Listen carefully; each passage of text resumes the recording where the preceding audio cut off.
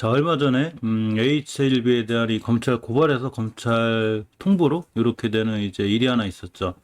예전에 이 불공정 거래 이런 거에 관해서 금감원에서 자, 불공정 이 거래 특정을 하지 못했기 때문에 검찰에 고발에 하지 않고 그냥 통보하는 형식으로 마무리했다는 얘기를 제가 해드렸습니다. 자, 금융위원회 산하 증권선물위원회 증선이가 항암 신약 개발기업 HLB의 불공정 거래 혐의에 대해 고발보다 낮은 통보로 마무리했다고 알려드렸습니다. 제가 저번 영상에서도 한번 알려드렸고요. 장장 10개월이 걸렸죠. 굉장히 오랫동안 걸렸는데 10개월이라는 오랜 시간 동안 심의가 진행되고 수차례 결정 유보된 것을 고려하면 사실상 불공정 거래를 특정하지 못한 것 아니냐라는 얘기들이 있었고 여기서 보면 이제 고발이 아닌 통보. 자, 증선인은 불공정 거래가 확인되면 검찰 고발 또는 통보를 결정하야 되는데 이번에 통보가 결정이 됐는데 통보가 되면 검찰 수사가 강제되지 않고 무죄 추정 원칙에 따라 해당 내용도 공개되지 않는다고 합니다. 자, 근데 이제 문제는 자, HLB 조사 1년 끌다 검찰에게 이제 투자들이 좀 허탈하다는 얘기죠. 제재 수준이 감경됐고 이례적 조치 사실상 무혐의가 됐는데 자, 이제 문제는 투자자들이 이제 이 민영사자 소송전 예고를 하고 있습니다. 뭐 실제 할지는 잘은 모르지만 예고가 돼 있는 상황이라고 저렇게 나와 있죠. 자, HLB가 이제 한국과 미국, 유럽 등에서 글로벌 인증 3상을 마치고 현재 FDA 신약 허가 신청을 준비하고 있죠. 저번에 그 FDA하고 이제 이 미팅 과정 중에서 페일, 이 실패라는 단어 때문에 이 사건이 터진 거죠. 자, 근데 이제 이렇게 신청을 잘 준비하고 있기 때문에 증선이도 고심이 깊었던 걸로 보입니다. 그래서 HAB에 대한 조사를 진행했지만 통보 수준으로 결론이 났죠. 그렇기 때문에 시장에서 이제 애초에 좀 무리한 조사가 아니었냐 이런 지적이 나왔다고 합니다. 사실 이게 이제 문제는 저럴 때 주가가 많이 떨어졌다는 얘기죠. 주가가 많이 떨어졌기 때문에 누군가 또 피해를 보고 이렇게 됐기 때문에 지금 주주분들이 굉장히 좀 화가 나 있는 이런 상태가 됩니다. 특히 이제 뭐가 있냐면 HLB가 이제 리보세나립의 이제 말기암 임상 종료 후에 미국 FDA에 따른 NDA를 준비하고 있었는데 자, 이때 이제 이런 기사들이 또 주가가 이렇게 올라갔거든요. 올라갈 때 누군가 이런 걸 이용했다면 최대주죠. 그러니까 뭐 진양곤 회장님이라든가 뭐 여러 뭐 기타 특수관계들이 부당이득을 취했어야 되는데 부당이득을 취한 게 하나도 없다는 얘기죠. 자, HLB 차트를 보면 19년도에 월봉 차트를 보면 주가가 이렇게 19년도에 이렇게 이제 잘 올라갈 때, 막 19년도 8월달, 10월달 이렇게 잘 올라갈 때 여기서 최대주주 매도가 없었다는 얘기죠. 이렇게 뉴스 퍼뜨리고 파는 이런 행동을 안 했다는 얘기죠. 그러니까 아무런 부당 이득도 취한 게 없고 단순히 열심히 FDA하고 논의하고 있었는데 이 회의라는 단어가 이 회의 서류에 들어갔다는 이 하나로다가 급락을 하다 보니까 이렇게 이제 많은 투자자들도 피해를 본 이런 상황이 됐습니다.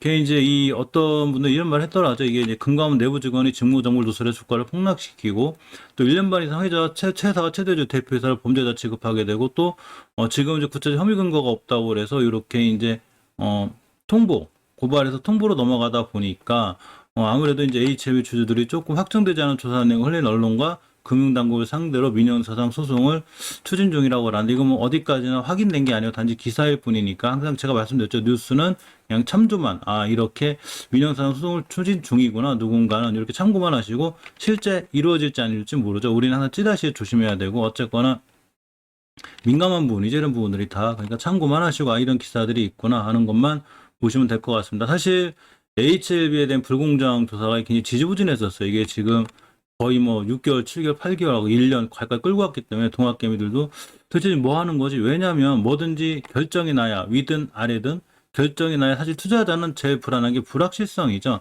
그러면 이제 확실성이 됐기 때문에 사실은 저 어제 말씀드렸듯이 알타니가 빠진 듯한 느낌? 뭐 이렇게 됐습니다. 그래서 예전에 이런 거에 대해서 감감무소식 때문에 일단 이제 우리 투자한 개미들이 많이 화가 났었는데 어쨌거나 지금은 잘 정리가 돼서 그나마 다행이고요. 자, HLB 쪽에서 보면 일단 장문에 또 주주들을 위한 글을 올렸죠. 자, 홈페이지에 이 주주분들에게 알리는 글에서 자, 이렇게 당사는 이 9월 15일 증권선물위원회 공유공정 거래 조사에 대한 심의 결과를 확인했습니다.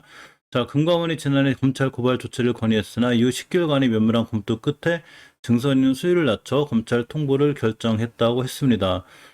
금융당국의 조사 중에도 미국 FDA와 또 PRENDA, 자, 프리-NDA 미팅에 따른 후속 절차도 꾸준히 진행해왔고, 그간 약동학, 임상과 의약품 생산을 위한 CMC 준비를 마무리했고, 중국 항서제약을 방문해 임상 데이터 공유를 위한 협약을 체결하는 등 서류 보완 진행에도 가시적 진전도 이렇습니다. 이 항서제약을 방문했다는 기사 한번 봤었는데, 사실 요새 코로나라 방문하면 이제 격리가 되거든요. 근데 이렇게 고초를 겪으면서도 회장님 또 가서 이렇게 어떤 정보라든가 이런 거를 좀 서류 보완에 최선을 다했다는 얘기를 들었습니다. 자, 이렇게 이제 이 주주 여러분들의 지속적인 성원과 격려를 부탁드리고 끝내 좋은 결과 보답하겠다. 자, 이것도 저번 영상에서 한번 알려드렸죠. 자, 그렇기 때문에 사실 실질적으로 이제 개인 주주분들이 행동을 옮길지 안 옮길지 모르지만 어쨌거나 지금 상황은 아마 민형사상 소송 쪽으로도 갈 수 있는 자, 이렇게 상황이 펼쳐지고 있습니다. 근간에 이 나노코 박스 얘기를 해보면 자, 이렇게 이 부총리 그러니까 부득담 부총리가 베트남에 나노코 박스에 대한 긴급 허가 검토 요청이 있었어요. 자, 부총리가 보건부 이 백신 연구부서에 더 많은 관심과 지원을 요청했고 보건부 윤리면허 심의에 제출한 서류를 작성 보완함에 있어서 즉 나노코박스가 나노젠 이제 보완서를 제출했죠. 자, 우선 나노코박스 백신의 긴급 허가를 검토하기 위한 의견을 제시했다. 뭔 말이냐면 빨리 검토 좀 해달라는 얘기죠. 지금 보면 빈증성이나 호찌민이나 계속해서 이제 확진자가 늘어나고 있기 때문에 그러고 실제 백신이 좀 부족하죠. 자, 그래서 이 긴급 허가를 검토하는 의견을 제시했고 두 개 위원회 위원들과 협의하여 코비드19에 대항하는 백신, 특히 어린이들을 위한 백신 혼합계획 2022년 백신 사용 계획에 대한 정부와 총리에게 공고안을 제출할 것을 요청했습니다. 이 나노젠이 이 나노코박스 백신에 대한 완전한 신청서를 제출했다고 제가 저번 영상에서 자, 알려드렸습니다. 자, 9월 16일 정부 부처는 코비드19 전염병을 예방하고 통제하기 위한 연구, 기술 이전, 인삼션 생산, 의약품, 백신, 생물학적 제품에 관한 회의에서 부득담 부총리 결론에 관한 고시 제248호 TV VPCP를 발표하기도 했습니다. 어쨌거나 나누진 나노코박스가 얼른 좀 승인이 나면 긴급 승인이 나는 것도 조금 호재가 되지만 장기적으로 보면 몇 번 말씀드렸던 자, FDA나 결국 WHO 승인이 났을 때 HLB의 주가는 지금보다 한 번 더 업그레이드 될 수 있는 이런 상황이 되죠. 자, 장중이기 때문에 우리가 투자자 매매 동향이 완벽하게 끝나봐야 알지만 그래도 장중에 잠깐 보면 매일치면 좀 팔죠. 하지만 판다는 게 되게 웃기죠. 이게 살 때는 듬뿍, 팔 때는 쬐끔. 자, 이렇게 하고 있습니다. 뭐 전형적으로 뭐 왔다 갔다 하는 그런 상황이고 역시 HLB 성명과학도 매도세가 장중에 잡히긴 하지만 장 끝나봐야 알죠. 살 때는 많이, 팔 때는 쬐끔. 역시나 이런 형태를 취하고 있습니다. 자, HLB 제한 고점에 대한 부담이 항상 잘 있다고 그랬죠. 그걸 안고 보시는 게 좋은데 어차피 사고팔고를 반복하고 있고 크게 변화가 있지는 않습니다. 넥스사이언스는 유일하게 꾸준히 사고 있죠. 자, 이 G3BNT를 인수함에 있어서 가장 최대 주주로 있는 게 넥스사이언스가 돼 있고 또 넥스사이언스가 나노젠의 2대 주주죠. 그렇기 때문에 실질적으로 제일 큰 수혜를 볼 수는 있는데 이제 문제는 마찬가지로 기술적인 부분도 무시할 수 없기 때문에 월급이 높다고 그랬죠.